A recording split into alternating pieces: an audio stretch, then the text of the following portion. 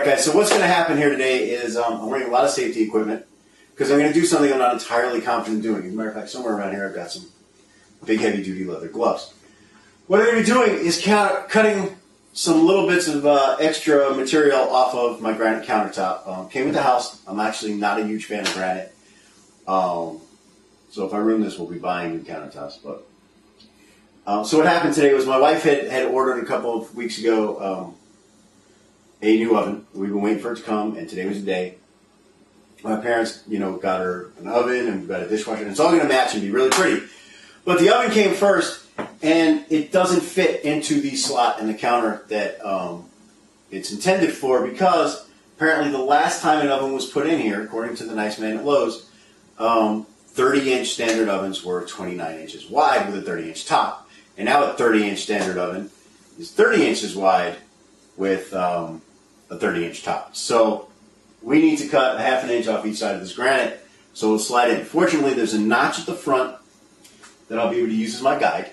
I do not have a wet saw, so I have here some water in case I decide to do it that way. I will be plugged into a GFIC because I'm in the kitchen. I'm going to want to clear some of that up. And I'm using a circular saw with a diamond tip blade that I bought today for $33.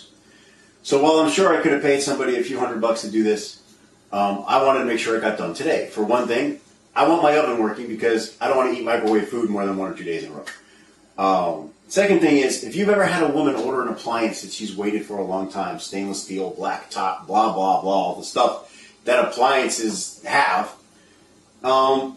she cried when it didn't fit. So to those of you who are like, oh, just wait a couple of days until somebody can come do it, to you I say you're probably single. So I'm going to set up my saw, put on my gloves, and turn the camera back on so you guys can see what I'm doing. But basically, I'm wearing steel-tip shoes. I'm going to be wearing thick leather gloves. I'm going to be wearing a dust mask because the granite spits up a lot. I've got goggles, and I may need this face mask. I hope I don't, because I can't see out of it real great. But this will be if I need to protect my face from flying debris. We'll see how much of that happens. I did tape down over the granite with some painter's tape to keep cracks and stuff from happening, and also to keep the debris at a minimum. And putting some water on will keep debris at a minimum. The other reason I use the painter's tape is because the paper of it will absorb some water and keep it from making too much of a mess on the floor. But we did cover the outlet, which is something else I'll be changing, but I'm not going to bother. There's some really good videos on YouTube about that. So, be back in a few minutes, and hopefully I'll still have all my fingers and toes. All right, guys, so one of the things I was very excited about is that my saw has a guide. All right, so I set my guide up at a ½ inch, so that I won't cut more than a ½ inch. But apparently, the guide, for some reason, is way more than a ½ inch out than the blade is. So I'm not even sure I'm going to be able to use it.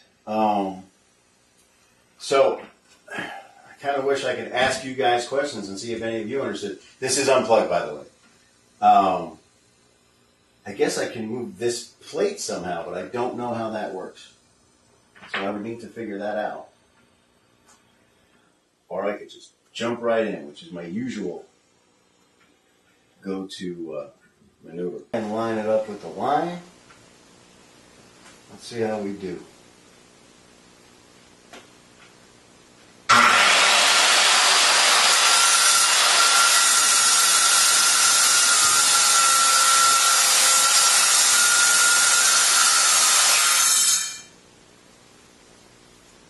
There's an awful lot of sparks coming out of that.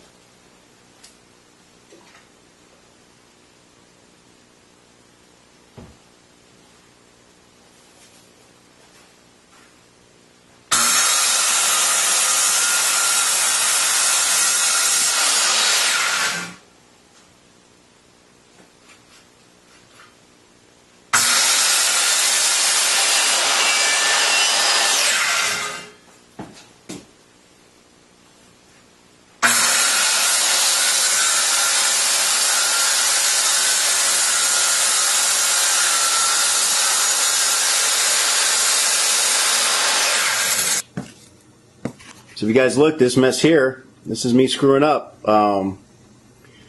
that does not need to be that far in. This is why professionals charge as much as they do. Maybe we can get some of the mud in there to fix that, huh? So this line's real long. I was like, oh, it's not a problem. She's being very understanding about it. But when we go to sell this house, we're going to have to get that repaired properly. But she says go ahead and do the other side. She wants her oven working, so I will be working on that in a hot second.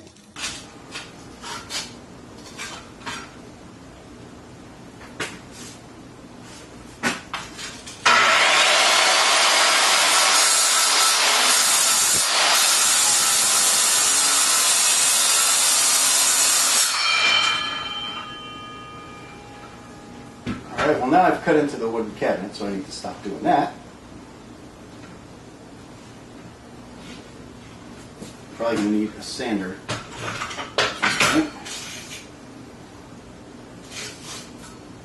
So what we've learned today, guys, is don't do this yourself.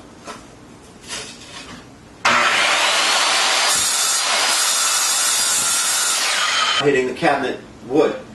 On this side, there's about that much left, like almost another whole inch. So the oven still doesn't fit, but we're hoping we can take it off of this side, which will not move because it butts up against the wall. So obviously, I was blaming myself, but this whole thing was put together just a little crooked.